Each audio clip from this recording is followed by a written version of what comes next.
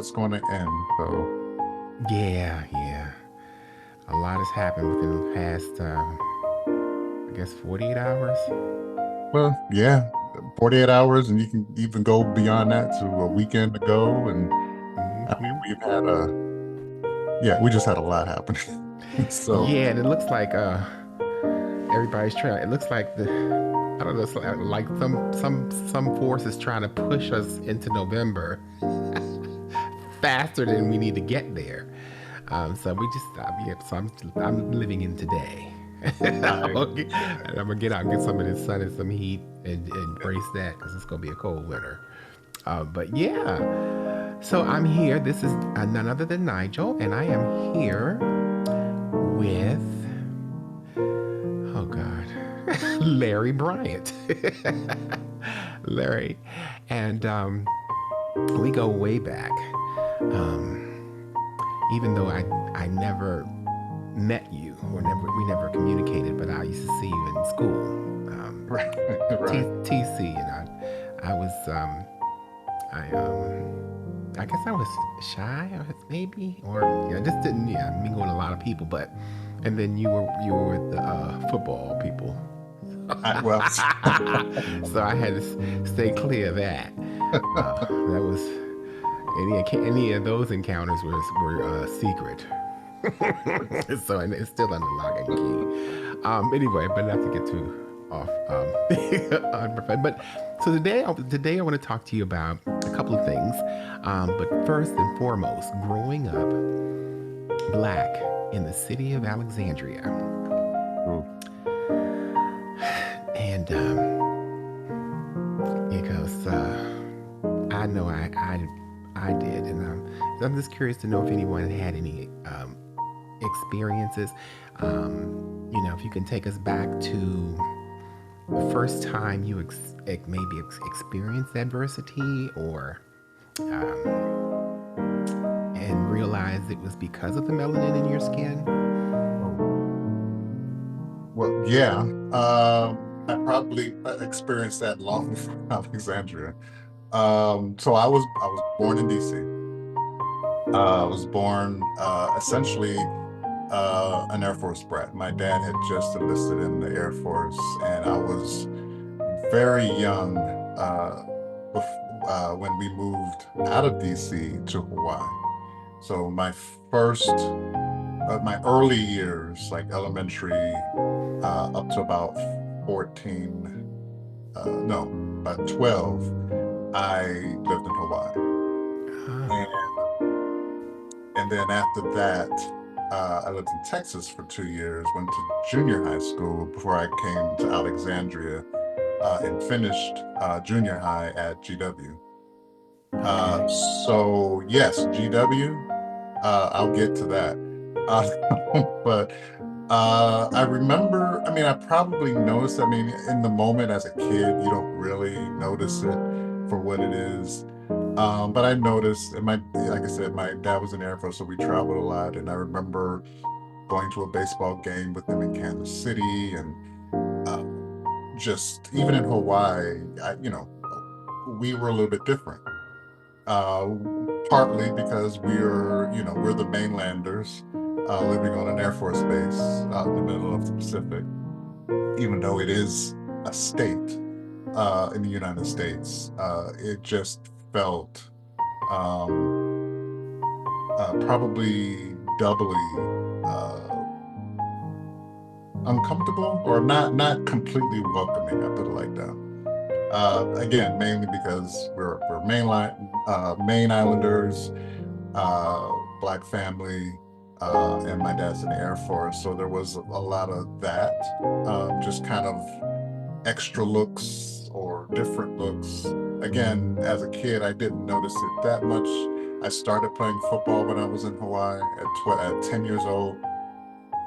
So athletics, I think all of my life, or at least the time that I played, like maybe even still now, there's a little bit of a glow there.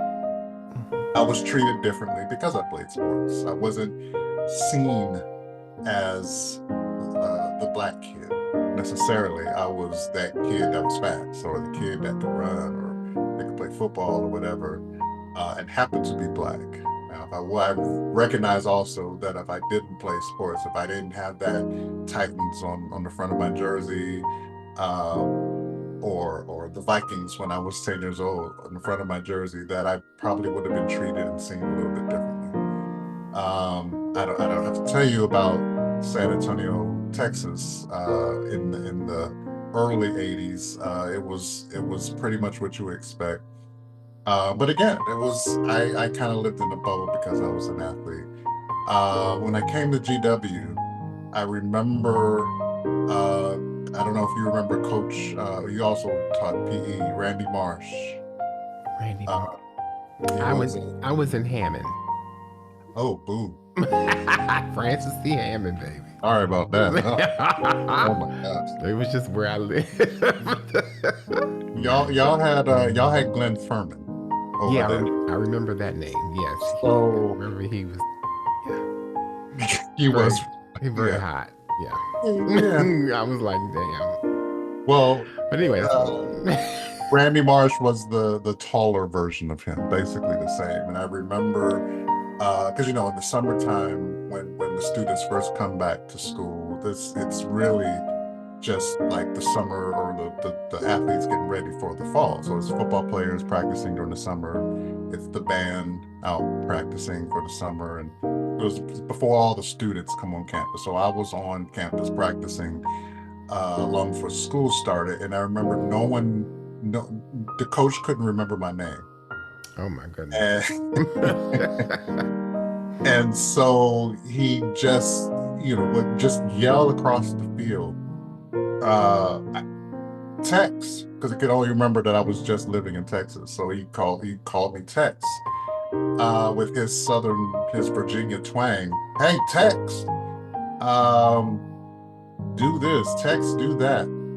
And so that stuck with me Mm. until now. So there are people I graduated from high school with who still to this day think my name is Tex because of Randy Marsh.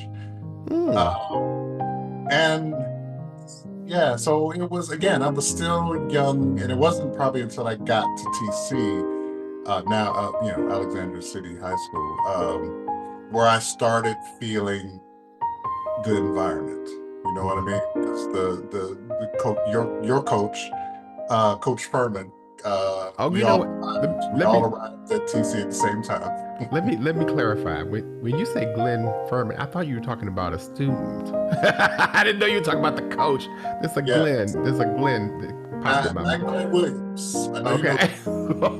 Okay. So Furman. so Furman, the coach, Yeah, was he?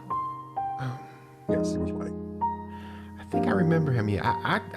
Ollie Khan pops in my head more than anybody. But He was at TC. He taught, obviously he was in athletics as well.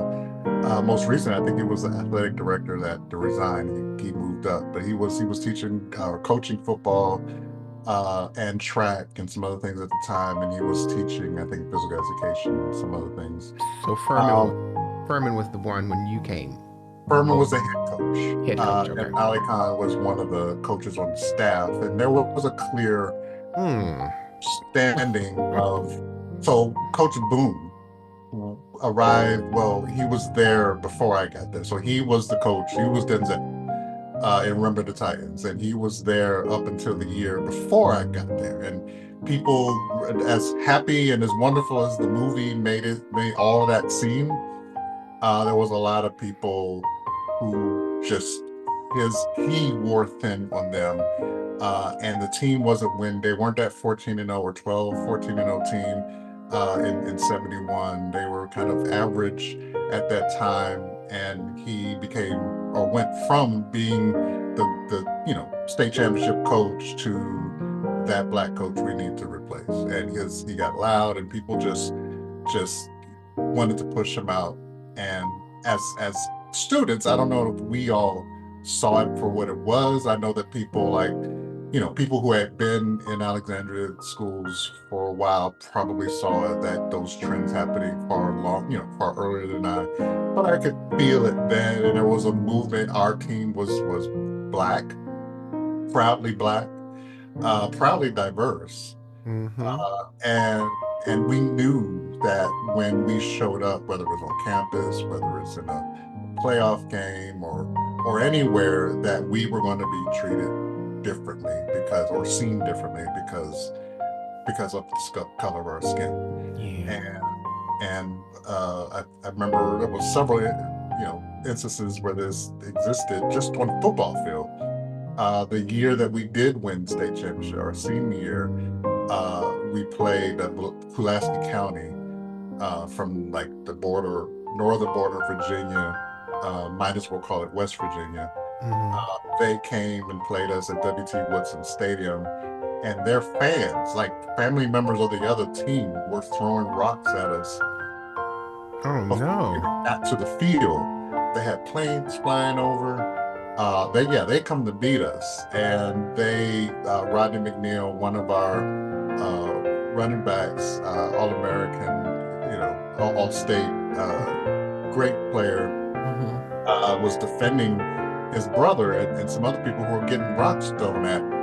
And because of all that, he couldn't play in our state championship game because he was suspended for protecting his teammates and his family against Something the the but staff should have been doing.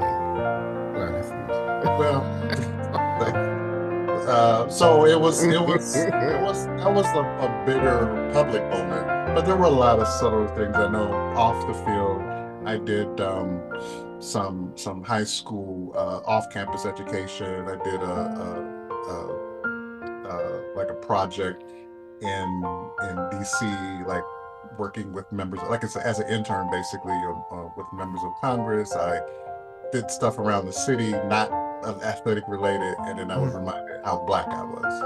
Oh You know, wow. into a build agency. I think it was like a architecture related, realty related agency out in way out in Manassas, not Manassas, but going in that direction, Mm-hmm. And as soon as I showed up, they just basically put me in the back room. Oh, you're who they sent? And they just said, well, you sit here.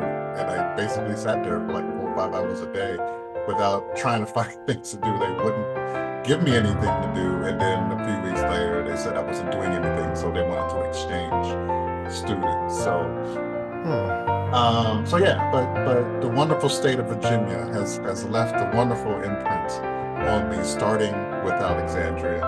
Um, but again, this was as a kid, um, dealing with this. It was far different than how I view it now, or how I currently view a lot of those interactions. But yeah, there was no hidden secret. Look, it's a reason why the school's name has changed, right? Yeah, yeah. So But refresh, or for someone that's watching doesn't really know. Can you so summarize? T.C. Williams, the original name or the first name of the school, was named after the first superintendent of schools in Alexandria. Not just a noted racist, he was like a racist Hall of Famer. Oh my goodness. And we knew that. We knew that when we were in school, and we talked about like we should change the name of the school. So we knew what we were coming from, and a lot of the students, a lot of my classmates, a lot of our classmates, Mm-hmm. our parents went to these schools. Our parents knew who some of Who he these was?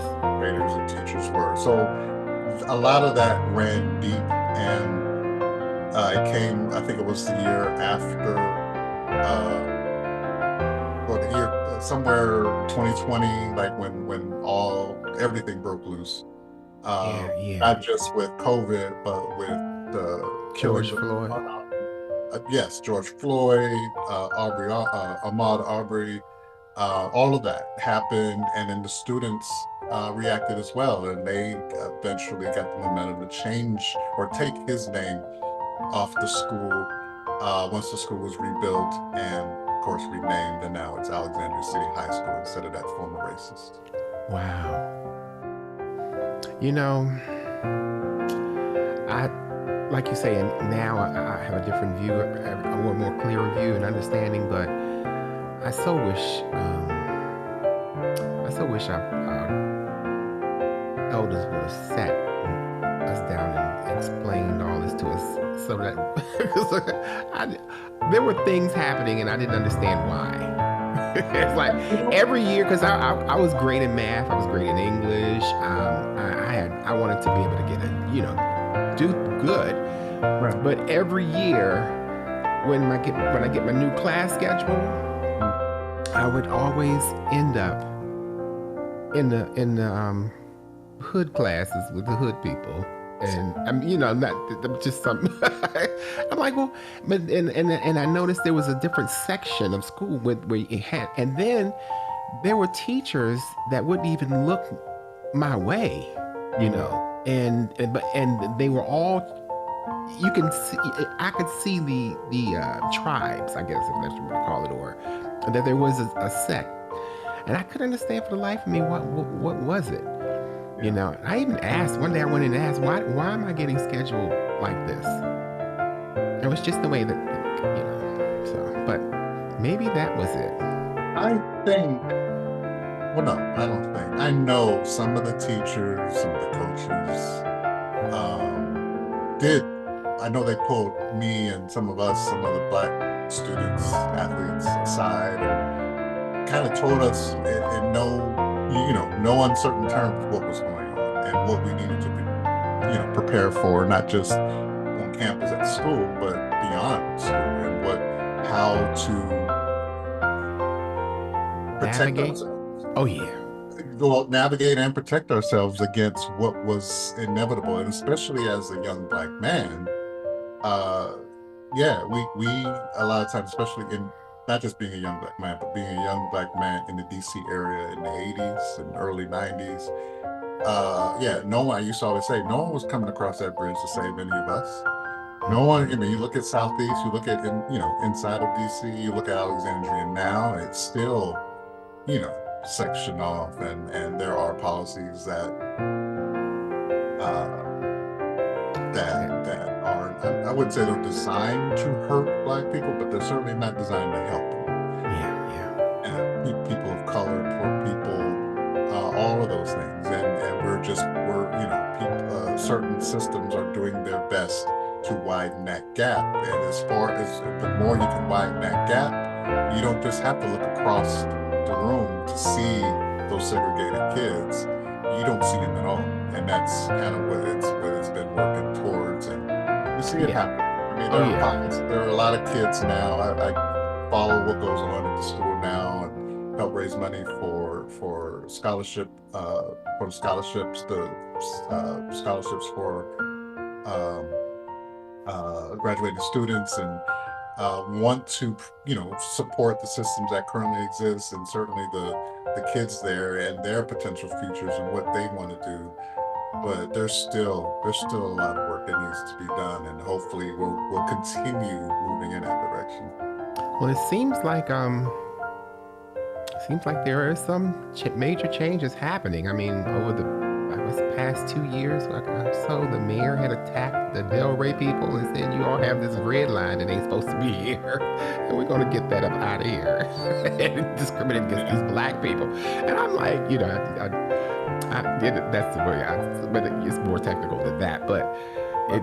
and they try not to mention that part whenever they talk about it, but that's clearly what he said, and that's what it was. And but they fought, and I believe they're still fighting. I think they're going to appeal the decision in that section. They made that whole section, and and so yeah.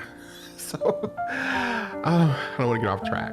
So in the state, I'm mad at them for not for going against the stadium. I thought that would have been a great thing for the city to have the monumental people come over here and put some jobs and some stuff here at Potomac Yards, but they fought You against mean that. pro the I don't want to call it the Commanders. Yeah, is that what with the Wizards, or did they change their name? You just want the football team, right? No, I know it was the basketball team. Oh, the basketball team. Oh, The the Wizards. Wizards. Yeah, Okay. they were going to leave DC and